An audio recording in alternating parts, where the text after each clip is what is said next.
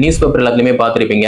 கிட்டத்தட்ட 575 காலி பணியிடங்கள் டிஎன்பிசியா இருக்கட்டும், யூபிசியா இருக்கட்டும், டிஆர்பியா இருக்கட்டும், இது போக நிறைய கவர்மெண்ட் செக்டர் வந்து ஒர்க் அவர் வந்து ரொம்ப கம்மியா இருக்கும். அவ்வளவு ஸ்ட்ரெஸ்லாம் வந்து இருக்காது. அதே மாதிரி சேலரியுமே வந்து நம்ம எக்ஸ்பெக்ட் பண்ணாத சேலரி வந்து அவ்வளவு இன்க்ரீஸா இருக்கும்.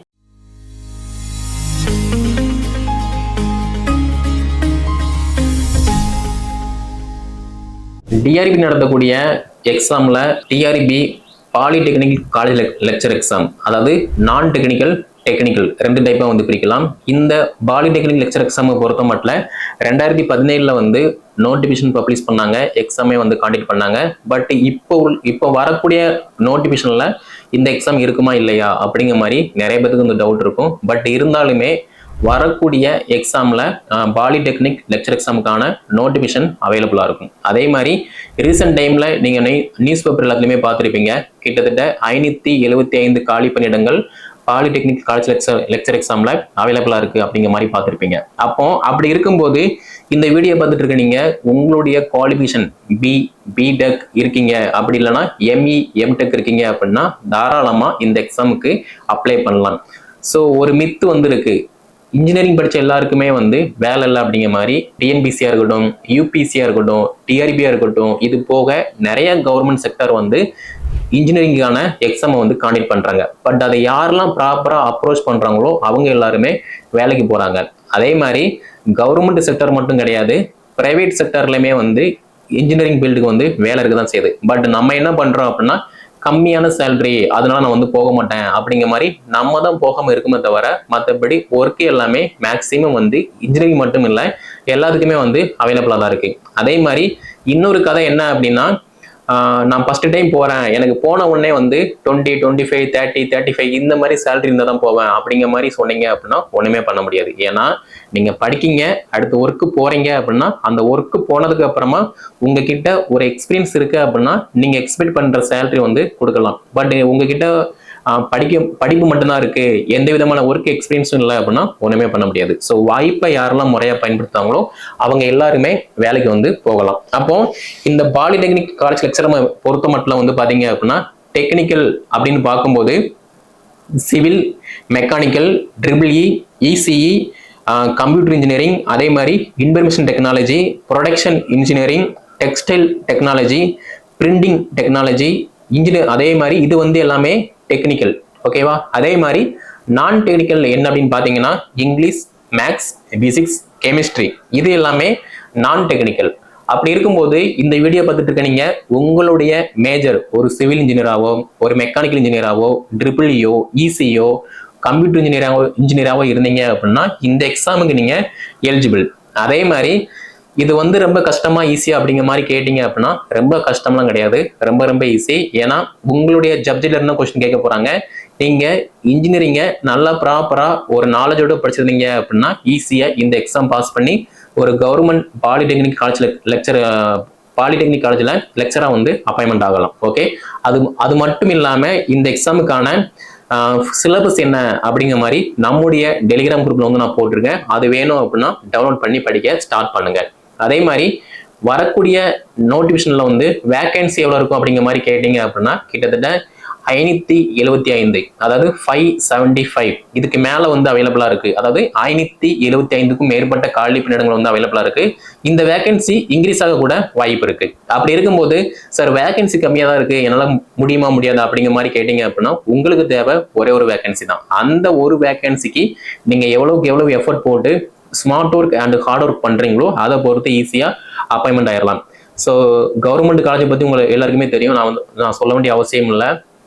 மார்னிங் 10 o'clock போறீங்க அப்படின்னா ஏதாவது ஒரு பீரியட் 2 பீரியட் வந்து கிளாஸ் இருக்கிற மாதிரி இருக்கும். அதுக்கப்புறமா ஏதாவது ஒரு ஃபீல்டு ஒர்க் வந்து இருக்கிற மாதிரி இருக்கும். அதாவது ஃபீல்டு ஒர்க் மீன்ஸ் அந்த ப்ராக்டிகல் ஒர்க் ஏதாவது இருக்கிற மாதிரி இருக்கும், அதை நீங்க வந்து ஹேண்டில் பண்ற மாதிரி இருக்கும். மற்றபடி சாட்டர்டே சண்டேனா ஒரு லீவு, கவர்மெண்ட் ஹாலிடேனா லீவு, இந்த மாதிரி ஒர்க் ப்ரெஷர் எதுவுமே இல்லாம நல்லா ஒரு பியூட்டிஃபுல்லான ஒரு ஜாபா வந்து இந்த காலேஜ் லெக்சர் எக்ஸாம் வந்து அவைலபிளா இருக்கும். ஓகே, அதே மாதிரி தான் கவர்மெண்ட் ஸ்கூலுமே. ஸோ அதுவுமே வந்து ரொம்ப ஈஸி தான். அப்படி இருக்கும்போது ஒரு பிரைவேட் காலேஜ்ல வந்து ஒர்க் பண்றீங்க அப்படின்னா அந்த பிரைவேட் காலேஜ் அதே மாதிரி பிரைவேட் ஸ்கூல்ல வந்து எவ்வளவு ஒர்க் ப்ரெஷர் இருக்குன்னு சொல்லி நம்ம எல்லாருக்குமே தெரியும். ஒர்க் ப்ரெஷர் மட்டும் கிடையாது, சேலரியுமே வந்து ரொம்ப கம்மியா தான் இருக்கும். பட் கவர்மெண்ட் ஸ்கூல், கவர்மெண்ட் காலேஜை பொறுத்த மட்டும் ஒர்க் அவர் வந்து ரொம்ப கம்மியாக இருக்கும், அவ்வளவு ஸ்ட்ரெஸ்லாம் வந்து இருக்காது. அதே மாதிரி சேலரியுமே வந்து நம்ம எக்ஸ்பெக்ட் பண்ணாத சேலரி வந்து அவ்வளவு இன்க்ரீஸாக இருக்கும். ஸோ நம்மளுடைய லைஃப் ஸ்டைல் வந்து ஆட்டோமேட்டிக்காக நல்லா மாற வாய்ப்பு இருக்கு. அப்போ இதுக்கு என்ன பண்ணணும் அப்படின்னா, ஃபர்ஸ்ட் படிக்கணும், சிலபஸ் என்னன்னு பார்க்கணும், ப்ரீவியஸ் கொஸ்டின் என்னன்னு பார்க்கணும்,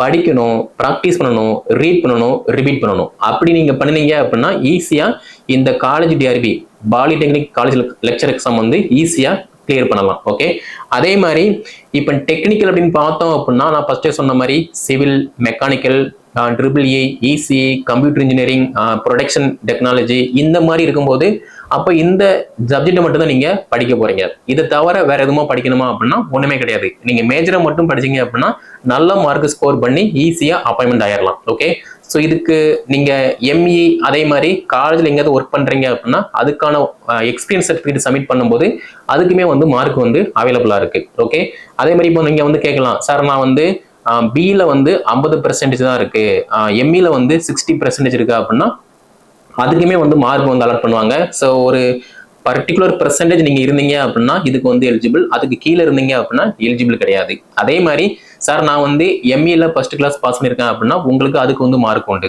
அதே மாதிரி நான் வந்து ஒர்க் எக்ஸ்பீரியன்ஸ் சர்டிஃபிகேட் வச்சிருக்கேன் அப்படின்னா அதுக்குமே வந்து மார்க் உண்டு. ஸோ அப்படி இருக்கும்போது நீங்க நல்லா படிக்கீங்க அப்படின்னா ஈஸியா இந்த எக்ஸாம்ல செலக்ட் பண்ணி ஒரு கவர்மெண்ட் காலேஜ்ல ஒர்க் பண்ணக்கூடிய வாய்ப்பு வந்து கிடைக்கும். அதே மாதிரி நீங்க கேட்கலாம், சார் நான் டெக்னிக்கல்னா என்ன அப்படிங்கிற மாதிரி கேட்கலாம். அதாவது இங்கிலீஷ், மேத்தமேட்டிக்ஸ், பிசிக்ஸ், கெமிஸ்ட்ரி இந்த 4 சப்ஜெக்ட்டுமே வந்து நான் டெக்னிக்கல் ஃபீல்டில் வந்து வருது. இந்த 4 டெக்னிக்கல் ஃபீல்டுனா என்ன, ஒரு காலேஜ் இருக்கு அப்படின்னா அங்க இங்கிலீஷ், மேக்ஸ், பிசிக்ஸ், கெமிஸ்ட்ரி வந்து நார்மலாவே இருக்கும். ஸோ உங்க எல்லாருக்குமே தெரியும் இன்ஜினியரிங் அப்படின்னாலே மேக்ஸ் வந்து கம்பல்சரி இருக்கும், இங்கிலீஷ் நாலேஜ் வந்து நமக்கு வந்துருக்கணும், மேத்தமெட்டிக்ஸோட சேர்ந்து பிசிக்ஸும் கெமிஸ்ட்ரியும் வந்து அட்டாச் ஆகும். அப்போ அதுக்குமே சொல்லி நம்ம படிக்கிற மாதிரி தான் இருக்கும். ஸோ இப்போ இந்த வீடியோ பார்த்துட்டு இருக்க நீங்க ஒரு இன்ஜினியரிங் ஸ்டூடெண்டாவோ சார் என்னோட குவாலிஃபிகேஷன் வந்து எம்ஏ இருக்கு, எம்எஸ்சி இருக்கு, அதாவது எம்எஸ்சி பிசிக்ஸ், கெமிஸ்ட்ரி, மேத்தமெட்டிக்ஸ் இருக்கு அப்படின்னா நீங்களுமே இந்த எக்ஸாமுக்கு வந்து எலிஜிபிள். ஓகே, ஸோ பிஜிடிஆர்பியில் நீங்க இந்த சப்ஜெக்ட் இருக்கீங்க அப்படின்னா நீங்களுமே இந்த எக்ஸாமுக்கு போட்டி போட்டு தாராளமா வந்து படிக்கலாம். ஓகேவா? ஸோ நம்ம அகாடமி சார்பாக என்ன பண்ண போறோம் அப்படின்னா already TET exam, PGTRB exam and then college TRB exam அதாவது லா காலேஜ் எக்ஸாம், இப்போ பாலிடெக்னிக் காலேஜ் லெக்சர் எக்ஸாமுக்கு வந்து மெட்டீரியல் பிளஸ் டெஸ்ட் பேஜ் எல்லாமே நம்ம கான்டாக்ட் பண்ண போறோம். கீழே டிஸ்கிரிப்ஷன்ல வாட்ஸ்அப் நம்பர், கான்டாக்ட் நம்பர் எல்லாமே இருக்கு. அதை கான்டாக்ட் பண்ணி என்ன டீடைல் கேட்டு படிக்க ஸ்டார்ட் பண்ணலாம். சேம் டைம் சிலபஸ் மாறுமா மாறாதா அப்படிங்கிற மாதிரி நிறைய பேர் கேட்கீங்க. இப்போதைக்கு வெப்சைட்ல என்ன சிலபஸ் இருக்கோ அதை மட்டும் நம்ம ஃபாலோ பண்ணி படிப்போம். மேபி நோட்டிபிகேஷன் அப்போ நமக்கு சிலபஸ் ஏதாவது மாற்றம் இருந்துச்சு அப்படின்னா அதை நம்ம வந்து ஃபாலோ பண்ணிக்கலாம். இப்போதைக்கு வெப்சைட்ல என்ன இருக்கோ அதை மட்டும் ஃபாலோ பண்ணி படித்து நம்ம ப்ராக்டிஸ் பண்ணலாம். ஓகேவா?